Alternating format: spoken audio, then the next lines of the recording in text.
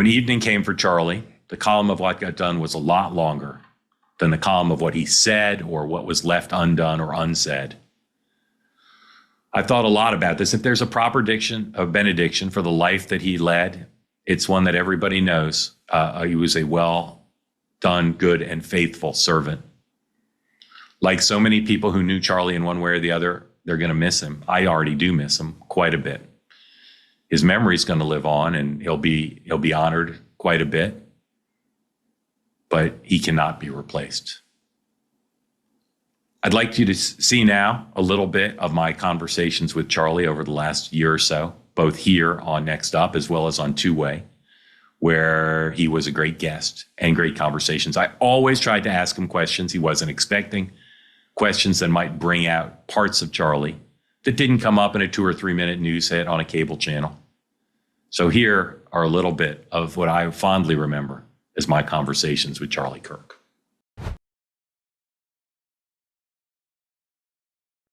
I'm fascinated by Charlie Kirk. He's an incredible story. And as much as he's covered, he's undercovered. And as much as he's highly rated, he's underrated. Great to be here, Mark. Thank you. It's an honor. I am a fan. You have built something really extraordinary. When people ask you what your occupation is, what do you say? I would best describe myself as an entrepreneur, which I thank you for all the kind words, Mark. And some of that is earned and some of it is not. So thank you. It's just right place, right time, honestly. And I would agree with one of your things. I have probably been underestimated by a lot of people on the left and even on the right at times. But I definitely wear several hats. I do a 2-hour program every single day that you're nice enough to join quite frequently. Our audience loves you, by the way, Mark. It's phenomenal, which gets turned into a podcast. It's on hundreds of radio stations across the country. It's simulcast on multiple television stations as well. And just to be clear, for some people, that would be a full-time job, 2-hour daily show with that level of distribution. So that's one thing you do. Incredible. Keep going. Yeah, and then on my day job, as I joke around, is CEO of Turning Point USA and Turning Point Action and Turning Point PAC, but that one only really gets deployed in short-term election cycles. But really, Turning Point USA and Turning Point Action, which I started will be 13 years ago in June, and well over 1,000 full-time people on staff now, all across the country, working in several different departments, from our high school department, our college department, our faith department. We have Blexit, and we have Turning Point Academy. We have our entire Turning Point Action side that is divided from our grassroots team, our ballot chasing team. We have a whole student government project. We have I would say, a pretty sophisticated digital operation on top of all of that. And that's over 1,000 people, right? Correct. And how much money annually was coursing through those various things? Over 100 million. So about 100 to 120 million a year. Right. Yeah. Okay. Also, probably as much as you delegate, also a full-time job. That is a full-time job to raise that, without a doubt. And look, we're super blessed and very fortunate with over 400,000 donors that now give to us, which is a real number. On top of that, I also create a lot of content, and I speak. Yesterday I did 5.5 hours of speaking on campus at Texas A&M University, on top of doing the show and on top of raising money. And so we post those videos online, and the last couple years they've really gone super viral and making a big difference with young folk. Have you and I ever talked about Rush as a broadcaster? I can't remember. No, we haven't. No, and I would. So would love I that. used to listen when I would take vacations and I would drive, like out west. I would arrange the ride for 3 hours to listen. Rush would only talk about things he was interested in. That's and exactly the audience right. And the audience knows. The audience knows if you're hosting a show and you're talking about something that's not interesting. And what I loved, first of all, you're exactly right. One of my favorite shows ever. Hilariously, it's so funny you say that. I remember I once had to drive from Denver to Steamboat, and I found the signal of Rush on the entire drive. There's something about driving in the West and listening to Rush Limbaugh that just kind of fits, right? Like the Americana landscape and listening to Rush. And he was just going on and on and on about his iPhone. It was like 30 minutes. He was talking about how he got a new iPhone. And he made it so interesting. Yep. Right? I mean, like, he was talking about all the new features and how he's in touch with Apple. And actually, Rush gave me an iPhone. He would give it to some of his friends, and he gave me many models ago an iPhone. Yeah. Look, I actually grew up as, quote, not a Rush baby, but I was told Rush was too much of an extremist growing up, by people around me, not by my parents. It was just kind of the vibe that he had. I've told people for years, whether you're Democrat, Republican, or journalist, whatever, if you want to be a broadcaster on audio, video, or both, go listen to Rush, hours and hours if you haven't listened, because Yes. it's just so much to learn from him. And I say the same thing about you now as both a broadcaster and as a political entrepreneur. Like, if you're a Democrat and you're not studying Charlie Kirk, you're making a huge mistake, because you're doing stuff that is just like Rush. People have done stuff like it, but not exactly what you're doing. Your work organizing and energizing young people on behalf of the conservative movement and President Trump is also, I would say, of all the things you've done, one of your most historic achievements. It really is historic. And there was a lot of skepticism. You know this, even from people who you're friends with, even people who like you, who said, Turning Point's not going to turn any young people out. They don't know what they're doing. They've never done it before. Get out the vote is not for amateurs. Like Donald Trump, you're riding the crest of a movement. I talk a lot with the folks in the administration. I also, and I'm sure this will come up in Q&A, I think they're doing a much better job than the media would always give them credit for. There's a mass amount of incoming, and they have picked the biggest fights because the voters voted for those fights. I'm just here as a friend of the president, and again, right place, right time. Look, as far as like where I find myself in the role, the best way I think I actually help the administration is not like being in the White House or being in the Eisenhower Executive Office building. All that's nice, right? That's amazing. It's an incredible enormity to even walk those halls. It's actually being in the grassroots, and then also being an explainer of what the administration is doing or trying to do to people that don't have time to consume, Yep. you know, 6 hours of this information and get down into the weeds. There are people who have the job I do who would look at your contact with the administration and the money you raise, and they'd say this is evil and insidious, and there's something wrong with it. And if you were on the left, if you were doing this with Barack Obama, and you were organizing young people and helping pressure members of Congress who weren't supporting the president's agenda, you'd be Time Person of the Year. You'd be considered a hero by the media. But because you're doing it on behalf of, definitely not going to get that, Mark. Yeah, but because you're doing it on behalf of a Republican, it's treated differently. The reason I find you so interesting is because you've created a new paradigm for how to do this. Do you think you'd be good at being a CEO of a private sector company? Well, I will say our show, which is private, is profitable. Yeah. So if I gave you $100 million investment and said go start a manufacturing business in the United States, what industry would interest you? What would you like to make? Well, I think that drones are the future, and so I'm fascinated by drones, and I think that that he who is able to control and produce their own drones is going to be able to determine and chart their own destiny. All right. Going to bring folks in for Mr. Kirk. As always, unmute, tell him, us where you are, for those who don't know, and tell us what's on your mind. And we start with Nilda. Go ahead, please. Hi. Oh my God, I'm so excited. I've been following Charlie for a long time. And now after Hilton trying to come out for governor here in California, what can we do here for our beautiful state? Charlie, you know how to. Well, thank you. God bless you. Great question. And just to frame it a little bit, California used to elect Republican governors, and except for Schwarzenegger, who was a bit of an anomaly, it's been a while. So do you think much about how to build a Republican Party in California, and what are the elements of that? I think that it can be done in the next 10 years. And I know people might laugh, but listen, first of all, that's why I endorse Steve Hilton. I think that the chance of him winning this cycle might not be the best odds, but getting closer and closer to that is incredibly important. But if Hispanics, and especially Hispanic men, keep on moving in the direction that they have been moving nationally, California can be in play. I know over a long period of time, it requires voter registration, it requires no more demoralization. And finally, if young people continue to move in the broad way that we've seen, and California even minorly follows that trend, we could probably see some more competitive landscape in California. So I endorse Steve Hilton, and I wish him the best of luck and success. All right. Nidja, thank you. Nilda, thank you so much for joining. Appreciate it. How did Barack Obama govern as president that you found admirable? Found admirable, boy. I could tell you first. I mean, the obvious. Let me just tell you background, and then I will try the best to answer that question. Actually, I do have an answer to that. But first, I grew up in Chicago during the Obama craze, 08, 09. So I understood the celebrity and the aura of Obama. Yeah. the big hope that everybody would repeat time and time again that was his greatest failing is they thought it would be a de-emphasis of racial politics, not an emphasis of racial politics. We were talking more about race at the end of the Obama presidency than at the beginning. I think that was one of his great failings. What I actually think he did well was that he could have been way more radical his last 4 years. He kind of took it easy. I'd say this as a conservative. He did not issue flurries of radical executive orders. He was in some ways so careful to not come across as like overly revolutionary as a president.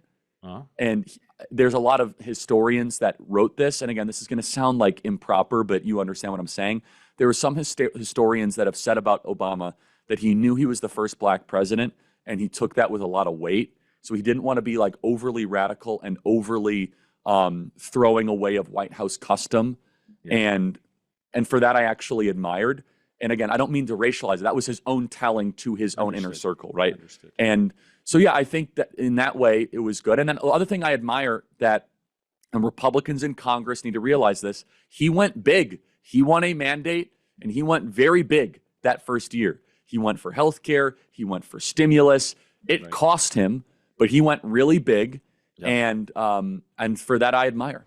Charlie, what Supreme Court cases do you have your eye on now? I don't know if it's being heard yet or if it's incorporated in a broader one, but the question on impoundment is the most important existential, I think, spending question in front. I'm sure, Mark, your reporting bears this out as well, of whether or not does the executive branch have to spend all the money that Congress appropriates. Do you worry about Amy Coney Barrett and about the Chief Justice? Do you think it's an appropriate thing for you and your organization to do to kind of put the same pressure on them in advance of rulings? No, absolutely not. So you'll never. In fact, no, I think it actually could have a self-defeating principle. I think that it sometimes could. Again, these are human beings that are judged. I mean, there's nothing you can do to what pressure. I mean, they're there for life. Would you mobilize against them if they ruled adversely to the president's agenda? I mean, no. No, I mean, you wouldn't criticize them at a rally. Criticize, yes, but instead, I think the way to win the Supreme Court is, remember, the old adage is they read newspapers too. Yeah. They listen to podcasts too. Yeah. Persuade them. They're people of high scholarly intent. They're very sophisticated. Instead of screaming into a rally like Chuck Schumer, you're going to feel the whirlwind or whatever, right? Maybe we need, in that particular instance, create an argument as to why you think their decision was right or wrong, or why you hope they'll rule a certain way. All right. How many words in a thought bubble would you say, approximately? How many words are in a thought bubble? Yeah, about. I've never.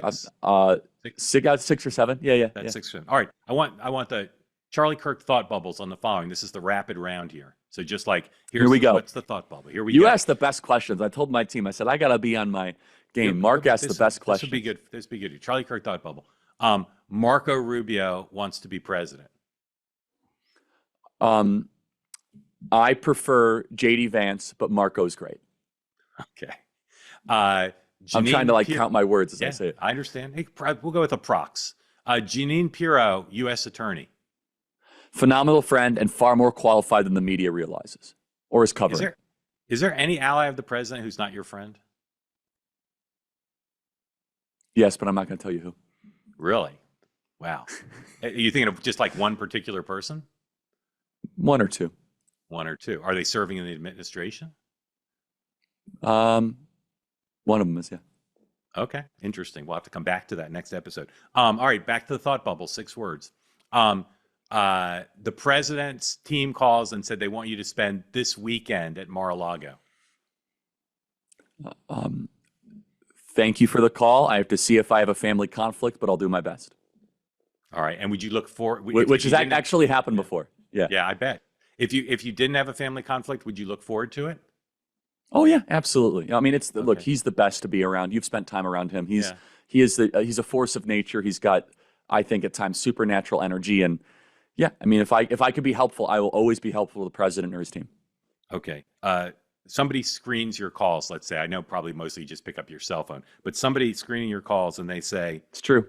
I have my own phone. But somebody's, you hand your phone to somebody because you're doing something and they're screening it and they pick up and they say, I want the thought bubble. Hey, Charlie, it's Roger Stone. Say, hi, Roger. How can I help you today? All All right. So would you be happy to hear from Roger? I like Roger. I advocated for his pardon, and he's a uniquely American political figure. They do not have like Roger Stones in the Netherlands. Like there's something about him that's true. That I find to be dramatic and fun and unpredictable. Yeah. Okay. You look down at your phone and there's a text from Pete Hegseth. Says, Charlie, I just can't take it anymore. I think I got to quit. No. We work too hard. You're too good of a man. Grin and bear it. Turn off your phone for a day and keep going. Okay. That would be my advice. Okay. JD Vance says, hey, Marco and I are going to the Pope's first Mass this weekend. Want to come?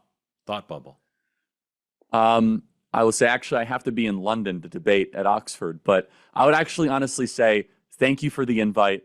Hope you guys have a great time. I'm not Catholic, but please invite someone who would value it more. And I would value it a lot, but I would feel as if I'd be like stealing a seat from someone where that would be like the coolest thing in their life as kind of a cradle Catholic. I mean that like non-sarcastically. I think that a cradle Catholic would have much more reverence for that, even though I would be floored and honored and I love Catholics, but I think that would be understood. Okay, really you look down at your phone. It's a text. Ready? It says this. Hey, Charlie, it's Kamala Harris. I got your number. I'm going to be in Phoenix, and I would love to get together. I would say, first I'd have to verify that it's actually her number. Okay, yeah. And I'd say only on camera. That would be your thought bubble? I'd only do it on camera? Correct. Yeah. Why? Yeah. Would she text back and say, I've heard a lot of great things about you. I want to compare notes and at a private dinner. No way. I would consider her to be disingenuous. Unless there would be an intermediary that would advocate for. Okay, let's say her, you then I would. have Then some I would mutual do it. friends. Yes. You would do it. And no, how would yes. Would you look forward to it? I would, of course I would. I love learning. I learned this from Tucker. Sit down with people, even if you disagree. Ask great questions. Be curious. Okay, couple more. You get a call and you pick up the phone rings. You don't recognize the number. It's a blocked number. You pick it up, and the person says, "This is Barack Obama, and I would like you to come to Chicago and speak to a group of young student leaders." Yes, happy to. Absolutely. Happy to. You would do that. Yeah, of course. Yeah. I'll speak. I mean, honestly, I'd love to meet Obama. I'm not like a fan of his, but I never actually met think him? I have a whole. No, I haven't. No, I've seen him. I saw him at the inauguration, which was actually the first time I ever saw him in person. And I would love to privately figure out. I have a theory he's not actually as radical as the current left wing of his party is. That's accurate. And I want to confirm that. I want to kind of feel out what drives him. And so, yeah, I mean, I'd meet him. And I think that if he wants me to speak to a bunch of students, I'll speak to, any students. We could maybe speak at the Obama Library if it ever gets finished. South Park. Were you a fan of South Park as a boy? Yes and no. I'll tell you that when I was, it was a big deal when I was in like 8th, 9th grade. So I watched a couple episodes, thinking I'd ever be on South Park was like beyond anything I had on my, even back this summer, I couldn't have imagined it. So. Yeah. So they included you in the new episode. Do you care? Like, I thought it was hilarious. Thrill? I thought it was awesome. I thought it was hilarious. I mean, people say, it was so funny. A lot of people on the left were mad that I wasn't mad. I thought it was really funny. And, a lot of people are, we have the master debater shirt. It's just kind of, you have to be able to laugh at yourself and don't take yourself so seriously. And honestly, like they captured the essence of like what we kind of do in a very South Parkian way. And, that's a symbol of success. And I think we on the right have to be able to laugh at ourselves better. I've never been so proud of you for all your accomplishments. This to me was like the pinnacle.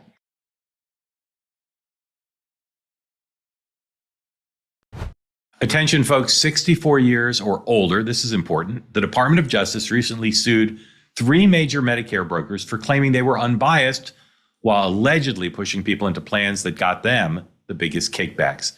It's true, most insurance agents cannot be trusted, and you can't rely on government resources either. That's why I want you to know about a place called Chapter. Chapter was started by people who went through this personally in their own families after their parents were pushed into the wrong Medicare plans by an agent who was more focused on commissions than on good care. Chapter's mission is very simple: to give every American the honest, straightforward Medicare advice that they need and that they deserve. And here's what makes them different. They're the only Medicare advisor that compares every plan nationwide, not just a few. That saves their clients an average of $1,100 every year. There's no reason not to call. It's quick, it's easy, and they can review your options in less than 20 minutes. If you're already in the good right plan for you, they'll tell you. But if there's a better one, they'll help you switch. This could be the most important call you make this year. Dial pound 250 and say Chapter Medicare to get the peace of mind you deserve. Again, that's pound 250 250 and say Chapter Medicare.